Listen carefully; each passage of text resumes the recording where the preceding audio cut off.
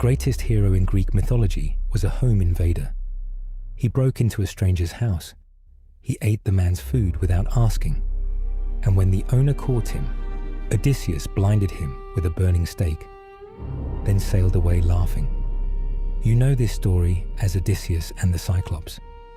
You were probably taught it as a tale of cleverness beating brute strength, a hero outsmarting a monster. But go back to the original text, and something strange happens. The monster never attacks first. He never even leaves his own home. Everything he does is a reaction to 12 armed strangers walking into his cave and taking what wasn't theirs. By the end of this video, you'll understand why this 3,000-year-old story might be the first recorded home invasion in Western literature, and why the hero who did it never faced any real consequences for it. Not from the gods, not from history, not until now. You'll see the real Polyphemus, not a mindless beast. Before Odysseus ever set foot on that island, Polyphemus had a life. He was a Cyclops, yes. One eye, giant size, son of the sea god Poseidon. But he wasn't running around causing chaos. He lived alone on a quiet island, away from other people, tending his sheep and goats. Every single day, he followed the same routine. Wake up, milk the animals, make cheese, store it, let the flock graze, bring them home, seal the cave. This wasn't a monster's lair. It was a working farm. Homer even describes shelves of cheese, pens sorted by age of animal, buckets of milk sitting out to curdle. This is a man who kept house. He didn't trade with other people. He didn't need to. He had built a completely self-sufficient life, cut off from the world by choice, not because he'd been exiled or feared. Then Odysseus and his crew show up. They're not shipwrecked. They're not desperate. In the text, Odysseus admits they came looking for whatever they could take. They land on the island, and Odysseus decides, against the advice of his own men, that they should explore the biggest cave they can find and wait for whoever lives there. Think about that. His crew wanted to grab some food and leave. Odysseus wanted to stay and see what he could get out of a stranger. That's not survival. That's opportunism. When they find the cave, Polyphemus isn't even home. He's out with his flock. So what does Odysseus do? He goes inside anyway. His men eat the cheese. They kill and cook some of the lambs. They make themselves comfortable in someone else's house, without an invitation, without the owner present. That's the detail almost no adaptation shows you clearly. This wasn't a fight that started because a monster attacked innocent sailors. It started because the sailors broke into a home and made themselves at home in it. And here's the part that changes everything. The detail buried in the original Greek that barely anyone talks about. Ancient audiences would have recognized this cave as more than a house. In Greek culture, hospitality, xenia, was sacred. Hosts had duties to guests, but guests had duties too. You didn't enter a home uninvited. You didn't touch a man's stored food. Doing so wasn't just rude. It was considered an offense against the gods themselves. So when Polyphemus comes home and finds strangers eating his cheese in his own cave, he's not the one breaking the rules. Odysseus is. Now here's where it gets uncomfortable, because what happens next isn't really a battle. It's what happens when a homeowner corners the people who broke into his house, and one of them decides talking their way out isn't an option. Polyphemus rolls a massive boulder in front of the cave entrance to seal it for the night.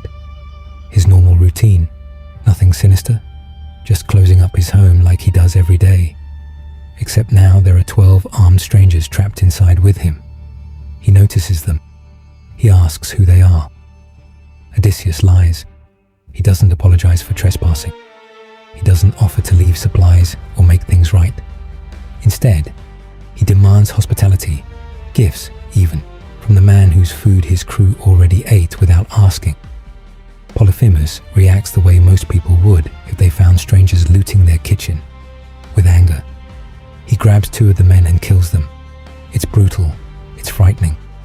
But by this point, we need to ask a question the story never really lets us ask. What would you do if you came home and found 12 armed strangers inside, refusing to leave and demanding gifts on top of it? Odysseus doesn't try diplomacy again. He doesn't try to leave. Instead, he starts planning something far more calculated. He gets Polyphemus drunk on wine the crew brought with them. He tells him his name is Nobody. Then, once the giant is drunk and asleep, Odysseus and his men sharpen a wooden stake, heat the tip in the fire, and drive it straight into Polyphemus's single eye. Picture it from his side for a second. He's asleep in his own home after a long day of work. He wakes up in the worst pain of his life. Permanent. Total. He'll never see again.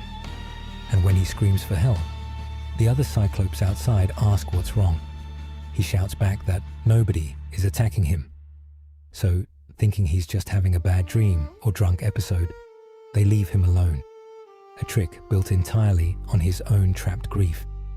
He gropes around in the dark, blind, in agony, trying to catch the men who did this. And Odysseus outsmarts him one more time, tying his crew under the bellies of the sheep so they slip past him unseen as he lets the flock out to graze. They escape. Odysseus, sailing away, does something almost unbelievable.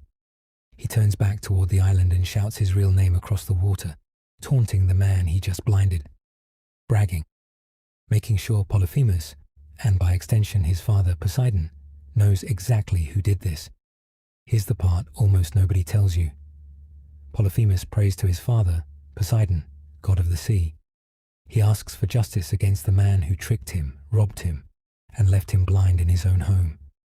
Poseidon answers, and this is the mistake that dooms Odysseus for the next 10 years.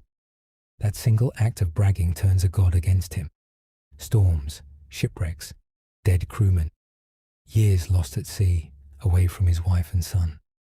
The entire rest of the Odyssey, the thing the story is even named after, exists because Odysseus couldn't resist turning a home invasion into a victory lap. And yet, for 3,000 years, we've told this story as a triumph. Clever hero beats dumb monster. Nobody stops to ask what it looked like from inside that cave. A man whose quiet, self-built life was invaded, whose home was violated, who was maimed for life by guests he never invited, and whose only crime was defending what was his. The label of monster did a lot of work here. It let a betrayal look like heroism. It let a home invasion look like an adventure. And it's a pattern you'll find again and again in old stories. The civilized outsider gets to be the hero, and the isolated figure defending his own territory gets to be the villain, just because he looks different.